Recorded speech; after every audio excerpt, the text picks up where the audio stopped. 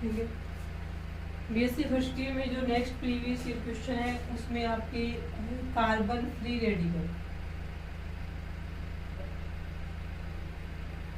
Radical, यानी carbon मुक्त मूलक क्या है, हिंदी में इसको मूलक बोलते हैं। कार्बन फ्री रेडिकल क्या है और इसके स्थायित्व को समझाइए, यानी कि इसकी स्टेबिलिटी को एक्सप्लेन कर दें। कार्बन फ्री रेडिकल क्या है, ये भी एक प्रकार का इंटरमीडिएट है। कार्बन के 3 इंटरमीडिएट बताए, 5 बताए इसके अंदर। 3 में होते तो ये बनता है कार्बोकेटाइन, कार्बोनाइन फ्री रेडिकल, एक बनता है कार्बिन और एक बनता है बेंजाइन, और नाइट्रोजन वाला होता है नाइट्रोजन। इसमें आपको कार्बन फ्री रेडिकल क्या है ये पूछा हुआ है और इसकी स्टेबिलिटी पूछी हुई है। जो कार्बिन था उसके प्रकार थे, उसके केमिकल रिएक्शन, उसकी स्टेबिलिटी सब कुछ है वो पहले वाली वीडियो में। ये कार्बन फ्री रेडिकल के बीच में पूछी जाए तो ये एक प्रकार का इंटरमीडिएट होता है, रिएक्शन के बीच में बनता है। रिएक्शन इंटरमीडिएट यानी रिएक्शन मध्यवर्ती इसको बोला जाएगा कि ये एक रिएक्शन इंटरमीडिएट या अभिक्रिया मध्यवर्ती है। अब देखें इसमें नेक्स्ट में क्या आता है, अभिक्रिया मध्यवर्ती है तो इसकी बनता कैसे वो देखते हैं। ये देखिए ये लिख दिया, मान लीजिए हमने कि CH3 है और यहाँ पे हम कुछ भी लिख दें, जैसे कि हमने लिख दिया यहाँ पे CH3 और Cl लिख दिया। कोई भी केमिकल रिएक्शन है जब वो इस प्रकार से लिख दी, प्रोक्साइड की प्रेजेंस में लिख दिया और सनलाइट या सूर्य का प्रकाश, यहाँ पे हमने ये लिख दिया। ठीक है, यहाँ पे क्या है, प्रोक्साइड है। यानी किसी भी बॉन्ड का जब होमोलाइटिक फ्यूजन होता है, किसी भी बॉन्ड का फ्यूजन भी 2 प्रकार से होता है, हेटेरोलाइटिक और होमोलाइटिक। होमोलाइटिक फ्यूजन होता है जिसको हम क्या बोलते हैं, समास विखंडन बोलते हैं। हिंदी में इसका नाम होता है, हिंदी वाला समास वो नहीं, समास विखंडन इस प्रकार से आता है। यानी समास विखंडन का मतलब है कि जहाँ ये विखंडन हो रहा हो, बॉन्ड के दोनों इलेक्ट्रॉन है वो एक एक परमाणु पे, इसका इलेक्ट्रॉन इसके पास, इसका इलेक्ट्रॉन इसके पास। समास विखंडन या तो सूर्य के प्रकाश की प्रेजेंस में होता है या फिर प्रोक्साइड, ये क्या है यहाँ पे प्रोक्साइड है, प्रोक्साइड की प्रेजेंस में ये वाला हो जाता है। बन गया। अब देखें यहाँ पे क्या बना है, तो बन गया CH3 और इस पे रेडिकल प्लस में Cl ये वाला। तो ये जो बन रहा है ना, ये भी एक रेडिकल है लेकिन ये कार्बन के ऊपर है एक इलेक्ट्रॉन, तो इसको हम क्या बोलते हैं, कार्बन फ्री रेडिकल, CFR इसको नाम दिया हुआ है, कार्बन फ्री रेडिकल। अब इसके बारे में आप बताने, बन गया कि ये रिएक्शन इंटरमीडिएट है, किसी बॉन्ड का होमोलाइटिक फिशन होता है यानी समास विखंडन होता है, तो यहाँ पे क्या बनता है, कार्बन फ्री रेडिकल। यानी कार्बन के ऊपर एक इलेक्ट्रॉन हो एकमित अवस्था में तो उसको क्या बोलते हैं हम, कार्बन फ्री रेडिकल या CFR बोलते हैं। अब इसकी स्ट्रक्चर और स्थायित्व की बात की जाए तो इस प्रकार से है, यानी इसके वैलेंस सेल में इलेक्ट्रॉन कितने हैं, इस फ्री रेडिकल के वैलेंस सेल में आपको इलेक्ट्रॉन दिख रहे हैं, कितने हैं, 7 इलेक्ट्रॉन है। तो ये इसका भी ऑक्टेट कंप्लीट नहीं है, ऑक्टेट कंप्लीट करने में एक इलेक्ट्रॉन की कमी है, तो हम बोल सकते हैं कि कार्बन फ्री रेडिकल है वो इलेक्ट्रॉन डेफिशिएंट या इलेक्ट्रॉन न्यून होता है। क्या रहेगा ये, CH3 रेडिकल है वो 7 इलेक्ट्रॉन है, ऑक्टेट कंप्लीट होने में अभी भी एक इलेक्ट्रॉन की कमी है, तो ये क्या कहा जाएगा यहाँ पे, इलेक्ट्रॉन डेफिशिएंट या इलेक्ट्रॉन न्यून है वो इसको कहा जाएगा। अब इसमें देखें, अब स्थायित्व की बात, खुद के पास इलेक्ट्रॉन की कमी है, इसका मतलब ये लुईस एसिड की तरह बिहेव कर रहा है, यानी ये इलेक्ट्रॉन ले सकता है किसी भी, और इसके ऊपर इलेक्ट्रॉन देने वाले ग्रुप जितनी अधिक संख्या में जुड़े हुए होते हैं इसका स्थायित्व उतना ही क्या हो जाएगा, अधिक हो जाएगा। इलेक्ट्रॉन देने वाले ग्रुप को हम क्या बोलते हैं, प्लस आई इफेक्ट वाले ग्रुप जो बोलते हैं, तो प्लस आई इफेक्ट वाले ग्रुप समानुपाती क्या रहेगा, स्टेबिलिटी। जिसका प्लस आई इफेक्ट ज्यादा होगा या फिर जिसके ऊपर प्लस आई इफेक्ट वाले ग्रुप ज्यादा जुड़े हुए होंगे उसका स्थायित्व भी यहाँ पे क्या रहेगा, ज्यादा रहेगा। तो इसके स्थायित्व को पढ़ते हैं, हो गया नॉर्मल इंट्रोडक्शन इसका। अब इसके स्थायित्व की बात करते हैं। यहाँ देखिए आप फ्री रेडिकल इसमें कई प्रकार के हो सकते हैं, जैसे 1 डिग्री है, 2 डिग्री है, 3 डिग्री है, ये वाले पढ़ने, इन्हीं में स्थायित्व का क्रम पूछा हुआ है। तो ये फ्री रेडिकल ऐसे लिखा हुआ, मान लीजिए कार्बन 3 क्या जोड़ दिए, मेथिल ग्रुप जोड़ दिए। अब इस रेडिकल वाले कार्बन पर 3 मेथिल ग्रुप जुड़े हुए हैं, 3 अन्य कार्बन से जुड़ा हुआ, तो ये 3 डिग्री रेडिकल है। दूसरा हमने ये बना दिया CH3 रेडिकल और एक ये हाइड्रोजन जोड़ दिया इस पे और यहाँ पे CH3, दो हैं, जिस कार्बन पे ये एडमिट इलेक्ट्रॉन है, रेडिकल वाला इलेक्ट्रॉन है, वो दो अदर कार्बन से जुड़ा हुआ है, तो ये क्या हो गया 2 डिग्री। थर्ड देखें CH3 कार्बन और हाइड्रोजन, हाइड्रोजन और ये रेडिकल, जिस कार्बन के ऊपर रेडिकल है वो एक और कार्बन से जुड़ा हुआ है, तो ये क्या हो जाएगा 1 डिग्री। और एक ये है ही अपना फेमस रेडिकल मेथिल रेडिकल, कितने में डिग्री नहीं 0 डिग्री बोलते हैं इसको, यानी ये क्या हो गया 0 डिग्री। यानी जिस कार्बन के ऊपर रेडिकल है वो कार्बन आगे किसी भी अन्य कार्बन से नहीं जुड़ा हुआ है, सिर्फ हाइड्रोजन से जुड़ा हुआ है, तो ये क्या माना जाएगा 0 डिग्री में माना जाएगा। ये हो गए। अब स्थायित्व का क्रम तो हमने वही देखना है कि हम जानते हैं कि रेडिकल क्या होता है, इलेक्ट्रॉन की कमी होती है, अष्टक कंप्लीट नहीं होता है। तो ये लुईस एसिड है, तो इसको इलेक्ट्रॉन देने वाले ग्रुप जितने ज्यादा इस पे जुड़े हुए होंगे, ये आसानी से उतनी ही आसानी से इसका ऑक्टेट कंप्लीट हो जाएगा, उतना ही ज्यादा इसका क्या हो जाएगा स्थायित्व। तो प्लस आई इफेक्ट समानुपाती रहेगा इसमें स्टेबिलिटी या स्थायित्व भी। देखिए अब यहाँ प्लस आई इफेक्ट वाले 3 ग्रुप जुड़े हुए हैं, यहाँ प्लस आई इफेक्ट सबसे ज्यादा है, यहाँ पे 2 ग्रुप जुड़े हुए, यहाँ पे ए जुड़ा हुआ, यहाँ पे कुछ भी नहीं जुड़ा हुआ, तो सबसे अधिक स्थायी ये वाला है, उसके बाद ये है और उसके बाद ये है। यानी कि 3 डिग्री जो होता है उसका स्थायित्व सबसे ज्यादा होता है, उसके बाद 2 डिग्री का, फिर 1 डिग्री का, फिर नॉर्मल जो आपका CH3 रेडिकल होता है, मेथिल रेडिकल है, उसका स्थायित्व इसमें क्या रहेगा सबसे कम रहेगा। इस प्रकार से देख लेंगे, ठीक है। ये रहेगा इसमें कार्बन फ्री रेडिकल का इंट्रोडक्शन और इसके स्थायित्व का क्रम, ये वाला याद रखना। प्लस साइड इफेक्ट वाले ग्रुप ज्यादा होंगे उसका स्थायित्व भी ज्यादा होगा, और जहाँ प्लस साइड इफेक्ट ज्यादा हुआ, प्लस साइड इफेक्ट ज्यादा होगा उसका स्थायित्व भी क्या हो ज्यादा होगा, ठीक है। वो प्लस साइड इफेक्ट हमने बताया, जैसे कि ये है CH3 CH2 इसका प्लस साइड इफेक्ट ज्यादा होता है, उससे कम रहेगा CH3 CH2 का, और सबसे कम रहेगा इसमें CH3 का, और इनसे भी कम होता है हाइड्रोजन का। हाइड्रोजन तो मानते नहीं कि प्लस साइड इफेक्ट होता भी है। ये रहेगा इसमें कार्बन फ्री रेडिकल के बारे में।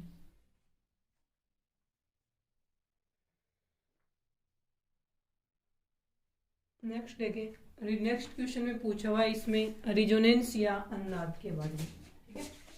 नेक्स्ट क्वेश्चन देखें इसका।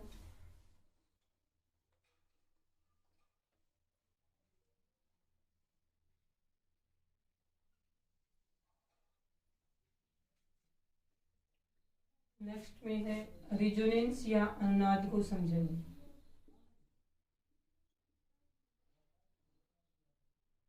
ठीक है। रिजोनेंस या अनुनाद को समझने इसमें आता है कि जब हम डेफिनेशन में आते हैं कि जब हम किसी यौगिक को की जितने भी गुण होते हैं उसके, उन सभी गुणों की व्याख्या जब हम उस यौगिक की एक संरचना या एक स्ट्रक्चर के द्वारा नहीं कर सकते हों, तब हम उस यौगिक की या उस अणु के सभी गुणों की व्याख्या करने के लिए हम एक से अधिक संरचनाएं बनाते हैं। वो एक से अधिक जो संरचनाएं बनती हैं उसको हम उस यौगिक या अणु की अनुनादी संरचनाएं कहते हैं। और ये जो प्रोसेस होती है एक से अधिक अनुनादी संरचनाओं के द्वारा किसी यौगिक या अणु के सभी गुणों की व्याख्या करने की जो ये प्रक्रिया या प्रोसेस घटना होती है, इंसिडेंट होती है, उसको हम क्या बोलते हैं, रिजोनेंस या अनुनाद बोलते हैं। वापिस सुनिए डेफिनेशन कि जब हम कोई एक यौगिक है, जैसे कि हमने ये लिख लिया, हमने ये देख लिया कि ये बेंजीन है, अब बेंजीन की सिर्फ हमने ये एक स्ट्रक्चर बना दी, ठीक है। इस एक संरचना के द्वारा हम बेंजीन के सभी गुणों की व्याख्या, सभी भौतिक और रासायनिक गुणों की व्याख्या नहीं कर सकते हैं। तब हमने क्या किया, तब बेंजीन के सभी गुणों की व्याख्या करने के लिए हमने बेंजीन की इससे मिलती जुलती ही एक से अधिक संरचनाएं बना दी। ये जो एक से अधिक संरचनाएं जो हमने बनाई हैं, जो कि बेंजीन के सभी गुणों की व्याख्या करते हैं, इन संरचनाओं को यहाँ पे नाम दिया गया है रिजोनेटिंग स्ट्रक्चर या अनुनादी संरचनाएं इनको कहा जाता है। और ये जो प्रोसेस होती है एक से अधिक अनुनादी संरचनाओं के बनने की, जिसके द्वारा हम यौगिक के विभिन्न गुणों की व्याख्या करते हैं, इस प्रोसेस को नाम दिया गया यहाँ पे रिजोनेंस या अनुनाद कहा जाता है, ठीक है। अब इसमें डेफिनेशन वगैरह तो होगी, रिजोनेंस क्या है, रिजोनेटिंग स्ट्रक्चर क्या है। अब अनुनादी संरचनाएं जितनी ज्यादा बनती हैं, यानी नंबर ऑफ रिजोनेटिंग स्ट्रक्चर समानुपाती रहता है इसमें स्टेबिलिटी की। जिस यौगिक की अनुनादी संरचनाएं ज्यादा होती हैं उसका स्थायित्व भी क्या रहेगा, ज्यादा रहेगा।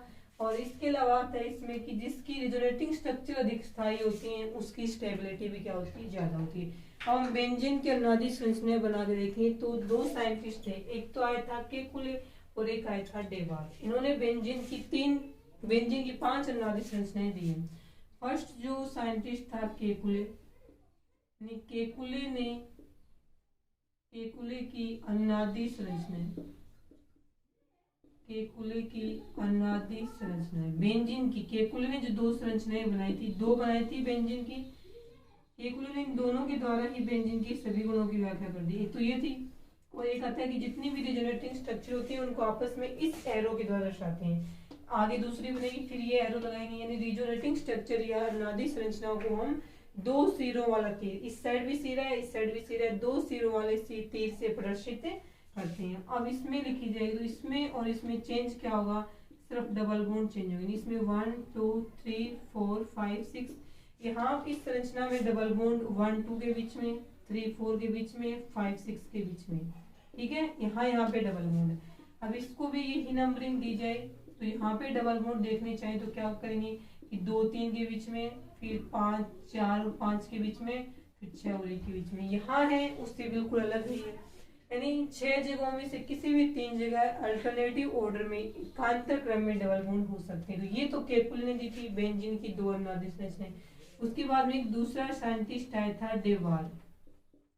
डेवार ने भी क्या किया, डेवार ने बेंजीन की व्याख्या करने के लिए, बेंजीन की गुणों की व्याख्या करने के लिए उसने भी 3 अनुनादी संरचनाएं हैं वो बेंजीन की बनाई थी। 3 अनुनादी संरचनाएं कौन सी बनाई थी डेवार ने, वो देखें। केकुले साइंटिस्ट है, इसमें डेवार क्या साइंटिस्ट है। जो इसने बनाई थी डेवार ने, वो 3 इस प्रकार से थी। फर्स्ट, इसमें ये फर्स्ट होगी और इसमें सेकंड होगी। फर्स्ट अनुनादी संरचना। सेकंड जो इसकी रिजोनेटिंग स्ट्रक्चर या अनुनादी संरचना बनाई थी वो थी इस प्रकार से, ये आ गया और एक डबल बॉन्ड, ये सेकंड रिजोनेटिंग स्ट्रक्चर थी। थर्ड जो इसकी अनुनादी संरचना थी, थर्ड, उसमें देखिए क्या लिखा था, उसमें ये एरो यहाँ था और यहाँ डबल बॉन्ड, ये थी इसकी थर्ड रिजोनेटिंग स्ट्रक्चर। तो ये थी केकुले की 2 अनुनादी संरचनाएं और ये थी इसमें डेवार की 3 अनुनादी संरचनाएं, जो कि इन्होंने बेंजीन को एक्सप्लेन करने के लिए दी थी।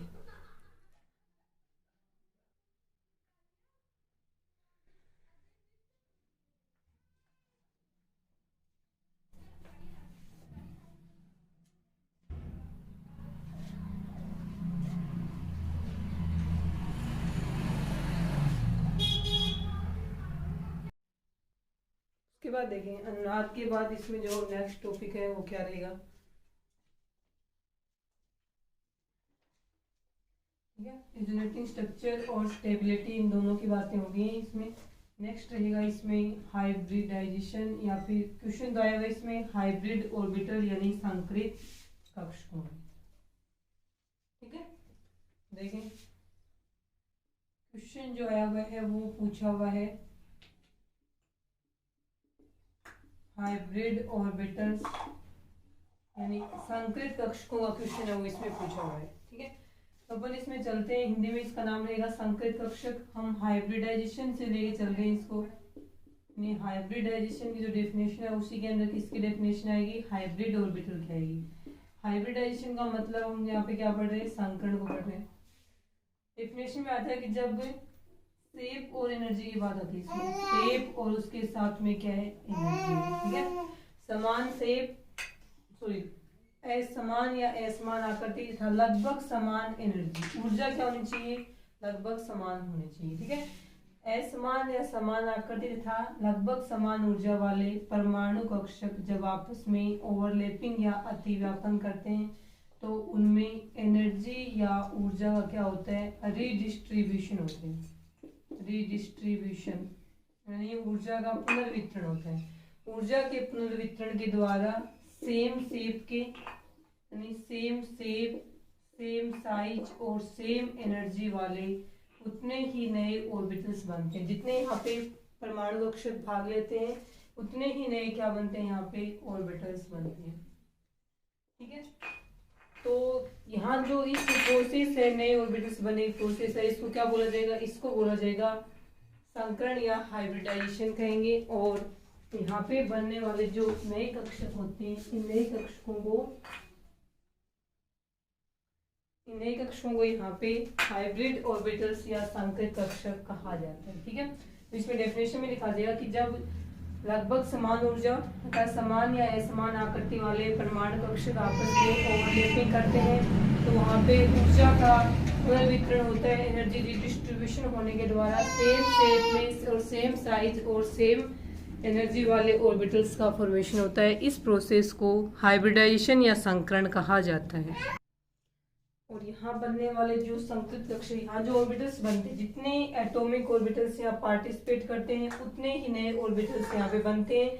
तो ये जो नए ऑर्बिटल्स बनते हैं यहाँ पे उतनी ही संख्या में जितने पार्टिसिपेट कर रहे हैं, तो इन ऑर्बिटल्स को यहाँ पे क्या बोला जाएगा, इन ऑर्बिटल्स को यहाँ पे हाइब्रिड ऑर्बिटल्स या संकृत कक्षक यहाँ पे कहा जाता है। ठीक है, इसमें देखें डेफिनेशन में क्या है, इसमें जब समान या लगभग समान आकृति वाले और लगभग समान ऊर्जा वाले परमाणु कक्षक आपस में मिलते हैं तो वे ऊर्जा का पुनर्वितरण करते हैं, जिसके द्वारा उतनी ही संख्या में नए समान ऊर्जा तथा समान शेप और साइज वाले ऑर्बिटल्स का फॉर्मेशन होता है। इन ऑर्बिटल्स को यहाँ पे हाइब्रिड ऑर्बिटल्स कहते हैं और इस प्रोसेस को यहाँ पे हाइब्रिडाइजेशन या संकरण कहा जाता है। उसके बाद देखें हाइब्रिड ऑर्बिटल वाला हो गया। अब जैसे कि हम देखेंगे टाइप्स ऑफ हाइब्रिडेशन, देखें आगे कई प्रकार के चलते हैं। sp है, sp2, sp3, sp3d और sp3d2, ये सारे के सारे आपको इनऑर्गेनिक केमिस्ट्री में करवाए हुए हैं। इस संकरण किस प्रकार से होते हैं, ये बात याद रखना है कि जितने परमाणु कक्षक संकरण की प्रोसेस में पार्टिसिपेट करते हैं, भाग लेते हैं, उतनी ही संख्या में नए परमाणु सूर्य उतनी ही संख्या में नए संकृत कक्षकों का निर्माण यहाँ पे होते हैं। तो संकरण की क्रिया में बनने वाले जो नए कक्षक होते हैं जिनकी ऊर्जा और आकृति समान होती है, लगभग समान नहीं पूरी समान लिखेंगे यहाँ पे, तो वो क्या कहलाएंगे यहाँ पे हाइब्रिड ऑर्बिटल्स या संकृत कक्षक कहलाते हैं। ठीक है, अब नेक्स्ट जो आपको क्वेश्चन है नेक्स्ट प्रोसेस में, तो नेक्स्ट वाला क्या रहेगा, देखें नेक्स्ट ये आपको दिया हुआ है हाइड्रोजन बॉन्डिंग का क्वेश्चन दिया हुआ है। हाइड्रोजन बॉन्डिंग है वो भी आपको इनऑर्गेनिक केमिस्ट्री में करवा रखी है। हाइड्रोजन बॉन्डिंग जनरल इनका इंट्रोडक्शन देखें कि हाइड्रोजन बॉन्डिंग या हाइड्रोजन बंधन क्या होता है, या फिर ऐसे पूछ सकता है कि हाइड्रोजन बॉन्ड कितने प्रकार का होता है।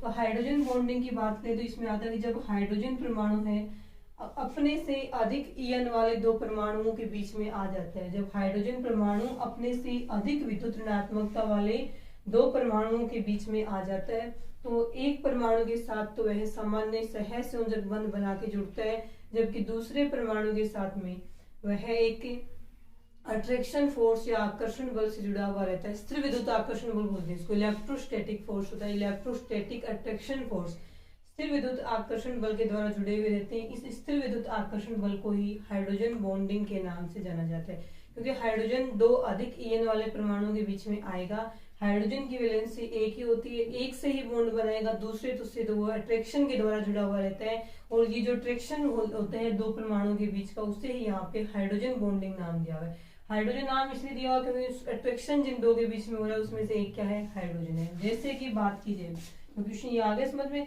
जब हाइड्रोजन परमाणु, जैसे कि ये लिख दिया हमने HF का मॉलिक्यूल है, ये दूसरा HF है, ये यहाँ पे तीसरा HF है और ये चौथा HF है। अब ये जो फ्लोरीन परमाणु है, सॉरी ये जो हाइड्रोजन परमाणु है, अब फ्लोरीन की EN क्या है 4.0 चल रहा है फ्लोरीन का, और हाइड्रोजन की चलती है 2.1। तो यहाँ ये हाइड्रोजन दो अधिक EN वाले फ्लोरीन परमाणुओं के बीच में आ गया, तो इनमें से एक अधिक EN वाले परमाणु के साथ तो वह सामान्य सहसंयोजक बंध बना के जुड़ता है, जैसे ये जुड़ा हुआ है, जबकि दूसरे अधिक EN वाले परमाणु के साथ में यह एक इलेक्ट्रोस्टैटिक अट्रैक्शन फोर्स या स्थिर विद्युत आकर्षण बल के द्वारा जुड़ा हुआ रहता है।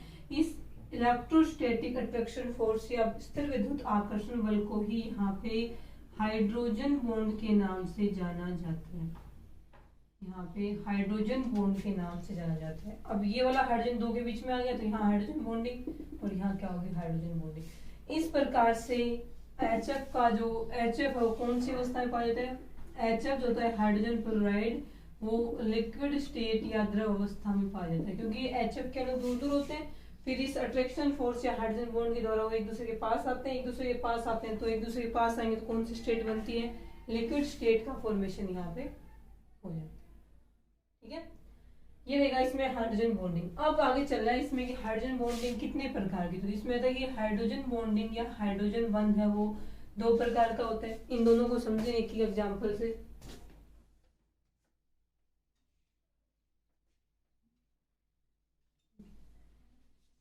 क्वेश्चंस में इसमें ये आएगा 2 प्रकार के या कितने प्रकार के पूछे, तो एक तो होता है इसमें intermolecular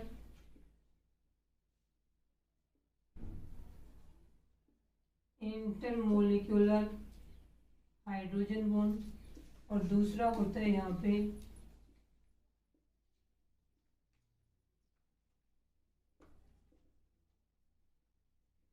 intramolecular hydrogen bond. Intramolecular इसका हिंदी में नाम क्या होता है, इसका हिंदी में नाम होता है अंतर अणुक हाइड्रोजन बॉन्ड, और इसका हिंदी में नाम होता है अंतरा अणुक हाइड्रोजन बॉन्ड।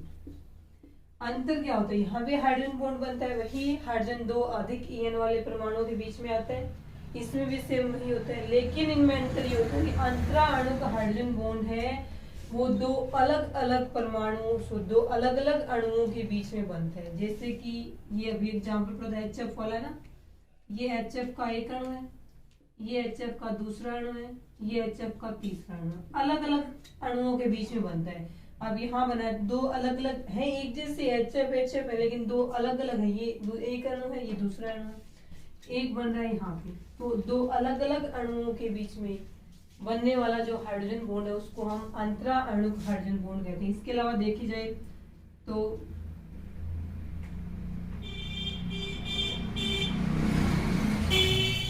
NH3 है अमोनिया,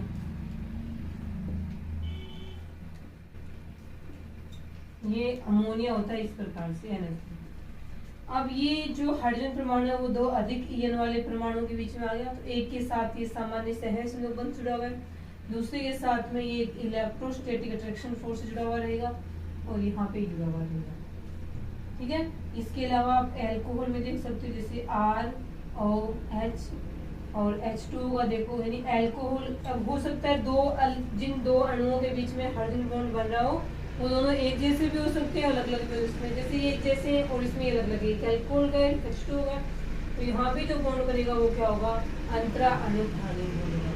तो 2 अलग अलग अणुओं के बीच में, वो दोनों अलग अलग अणु एक जैसे भी हो सकते हैं, अलग अलग भी हो सकते हैं, तो 2 अलग अलग अणुओं के बीच बनने वाले हाइड्रोजन बॉन्ड को अंतरा अणुक हाइड्रोजन बॉन्ड कहेंगे। सेकंड चलता है इसमें अंतर अणुक हाइड्रोजन बॉन्ड। तो अंतर अणुक में आता है कि एक ही अणु के 2 अधिक ईएन वाले परमाणुओं के बीच जब क्या आ जाए हाइड्रोजन आ जाता है, तो एक के साथ तो वह सामान्य सहसंयोजक बॉन्ड बनाता है, जबकि दूसरे के साथ में वह एक कोवेलेंट बॉन्ड बनाकर के सॉरी इलेक्ट्रोस्टैटिक अट्रैक्शन फोर्स बनाएगा, जिसको हम क्या बोलेंगे, हाइड्रोजन बॉन्ड बोलते हैं। जैसे कि ये लिख दिया हमने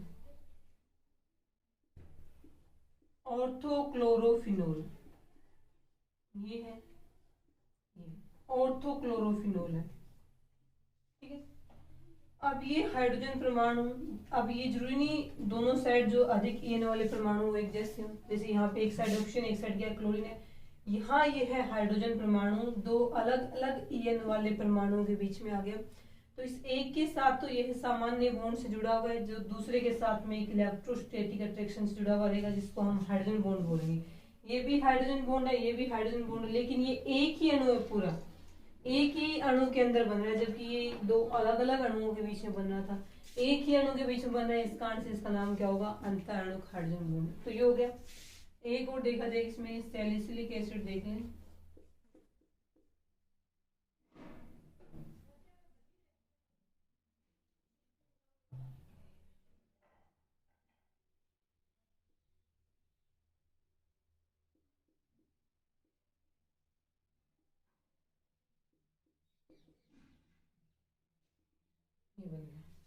सैलिसिलिक एसिड देख लो, सैलिसिलाइड देख लो, ऑर्थोक्लोरोफिनोल, इन सभी में ये इसका नाम क्या है, ऑर्थोक्लोरोफिनोल। एक ही अणु के बीच में जब हाइड्रोजन बॉन्ड बनता है तो उसे बोलेंगे अंतर अणुक हाइड्रोजन बॉन्ड, और 2 अलग अलग अणुओं के बीच में बनता है तो उसको बोलेंगे अंतरा अणुक हाइड्रोजन बॉन्ड। इंग्लिश नेम इनके चेंज है, अंतरा को इंटरमोलिकुलर बोलते हैं और इंट्रा को क्या बोलते हैं, अंतर अणुक बोलेंगे। नेक्स्ट क्वेश्चन में देखें, नेक्स्ट क्वेश्चन में आपको इलेक्ट्रॉन्स नहीं और नाभिक्स नहीं पहले वाले एक वीडियो में बताए हुए हैं कि इलेक्ट्रोफाइल और न्यूक्लियोफाइल, जिसको लुईस बेस और लुईस एसिड भी बोलते हैं, वहां पे बताए हुए हैं। अब आप क्वेश्चन दे दीजिए, कुछ एग्जांपल्स आए हुए हैं, उसमें आपको इलेक्ट्रोफाइल और न्यूक्लियोफाइल को आइडेंटिफाई करना है कि कौन कौन सी उसमें से इलेक्ट्रोफाइल है और कौन कौन से उसमें से न्यूक्लियोफाइल है। ठीक है, न्यूक्लियोफाइल इलेक्ट्रोफाइल क्या होते हैं पहले बताए हुए। देखिए इसमें लिखा हुआ है AlCl3। क्वेश्चन में आपको आइडेंटिफाई करना है कि कौन सा तो यहाँ पे न्यूक्लियोफाइल है और कौन सा यहाँ पे इलेक्ट्रोफाइल। ठीक है, यहाँ आपको AlCl3 OR ऑक्सीजन पे नेगेटिव चार्ज दिया हुआ है, NO2 पॉजिटिव और RNH2। ये क्वेश्चन दिए हुए हैं, ये बताना है कि कौन सा न्यूक्लियोफाइल है और कौन सा इसमें से इलेक्ट्रोफाइल है। न्यूक्लियोफाइल और इलेक्ट्रोफाइल क्या होते हैं। Nucleophile, nucleo plus file, nucleus plus file. Nucleus यानी कि नाभिक की तरफ आकर्षित होने वाले, न्यूक्लियस पे चार्ज तो पॉजिटिव यानी धनावेश की तरफ आकर्षित होने वाले। धनावेश की तरफ आकर्षित वो होते हैं जिनके पास पहले से इलेक्ट्रॉन क्या होती है, अधिकता होती है। इलेक्ट्रॉनों की अधिकता दो प्रकार से होती है, तो उसके ऊपर नेगेटिव चार्ज हो या उसके ऊपर क्या हो, लोन पेयर हो। और इलेक्ट्रोफाइल भी होते हैं जो इलेक्ट्रॉन प्लस फाइल, इलेक्ट्रॉन की तरफ आकर्षित होते हैं। इलेक्ट्रॉन की तरफ आकर्षित भी होते हैं जिनके ऊपर क्या होता है, जिनकी खुद के पास इलेक्ट्रॉन की कमी होती है। इलेक्ट्रॉन की कमी दो प्रकार से दर्शाते हैं, या तो इनका ऑक्टेट इनकम्प्लीट हो केंद्रीय परमाणु का, या फिर उसके ऊपर क्या हो, पॉजिटिव चार्ज हो। देखिए AlCl3 की बात की जाए तो AlCl3 को जब हम बनाते हैं तो ये इस प्रकार से बनता है। एल्यूमिनियम का जो वैलेंस है, एल्यूमिनियम का इलेक्ट्रॉनिक कॉन्फ़िगरेशन लिखा जाए तो 1s2 2s2 2p6 3s2 3p3 ये होता है। यानी वैलेंस सेल में इसमें कितने इलेक्ट्रॉन, 3 बॉन्ड बनाते हैं, 3p1 आता है। ठीक है, 3 ही इलेक्ट्रॉन है वैलेंस सेल में, ये इसका वैलेंस सेल है ये वाला। 3 इलेक्ट्रॉन है, 3 क्लोरीन के साथ जुड़े हुए। क्लोरीन प्रत्येक के पास कितने होते हैं, 7 होते हैं वैलेंस सेल में इलेक्ट्रॉन, ये हो गए। अब इसके वैलेंस सेल में 8 इलेक्ट्रॉन कंप्लीट, इसमें 8 कंप्लीट, इसमें 8 कंप्लीट। लेकिन एल्यूमिनियम के वैलेंस सेल में कितने हुए हैं, 6 इलेक्ट्रॉन हुए। ऑक्टेट कंप्लीट होने के लिए लुईस के अनुसार वही स्थायी होते हैं जिनमें केंद्रीय परमाणु के ऑक्टेट में 8 इलेक्ट्रॉन, इसमें 6 है। इलेक्ट्रॉन की कमी है तो ये ऑक्टेट कंप्लीट करने के लिए 2 इलेक्ट्रॉन और ले सकता है, यानी ये यहाँ पे इलेक्ट्रॉन की कमी है इसके पास में, तो ये इलेक्ट्रॉनों की जहाँ अधिकता होती है उसकी तरफ आकर्षित होता है। इलेक्ट्रॉनों की तरफ आकर्षित करने वाले क्या होते हैं, इलेक्ट्रोफाइल होते हैं। तो ये किसका एग्जाम्पल है, ये इलेक्ट्रोफाइल का एग्जाम्पल है। ठीक है, और इस नेगेटिव की बात की जाए, इसमें ऑक्सीजन है और ये ऑक्सीजन पे नेगेटिव चार्ज है और इसके साथ साथ में ये तो होने ही होने हैं। नेगेटिव चार्ज प्लस लोन पे दोनों चीजें, यानी खुद के पास इलेक्ट्रॉन की दिखता है तो ये इलेक्ट्रॉन की कमी वाली जगह यानी कि पॉजिटिव चार्ज की तरफ अट्रैक्ट होगा। पॉजिटिव चार्ज है न्यूक्लियस की तरफ अट्रैक्ट होगा। जहां पे कोई ये लोन पेयर प्लस में नेगेटिव चार्ज है वो हमेशा ही क्या रहेगा, न्यूक्लियोफाइल रहेगा। NO2 पॉजिटिव की बात की जाए तो NO2 पॉजिटिव यहाँ पे किसकी तरह कार्य करते हैं, पॉजिटिव चार्ज आ गया तो ये इलेक्ट्रॉन्स नहीं की तरह, जहां पॉजिटिव चार्ज आए इलेक्ट्रॉन्स नहीं, नेगेटिव चार्ज आए ये नाभिक से नहीं बनेगा। RNH2 है, इस पे कुछ नहीं लिखा हुआ तो अपन क्या करेंगे, अपने को पता है नाइट्रोजन पे क्या होते हैं, लोन पेयर होते हैं, कोई चार्ज नहीं है, उदासीन होते हैं। इस पे तो चार्ज था, नाइट्रोजन यहाँ है, इस पे भी लोन पेयर होते हैं, लेकिन यहाँ पे जो नाइट्रोजन है इस पूरे मॉलिक्यूल पे कोई चार्ज नहीं है, नाइट्रोजन पे लोन पेयर है। तो ये तो उदासीन अणु जिनके ऊपर लोन पेयर हो या फिर ऋणावेशित हो, दोनों ही किसमें आते हैं, न्यूक्लियोफाइल। यानी ये अपने इलेक्ट्रॉन डोनेट कर सकते हैं। इलेक्ट्रॉन की दिखता है, इलेक्ट्रॉनों की अधिकता होती है वो क्या होता है, न्यूक्लियोफाइल होते हैं। इसमें ये दो तो क्या है, इलेक्ट्रोफाइल है और बचे हुए दो क्या है, न्यूक्लियोफाइल है। उतार लें इसको।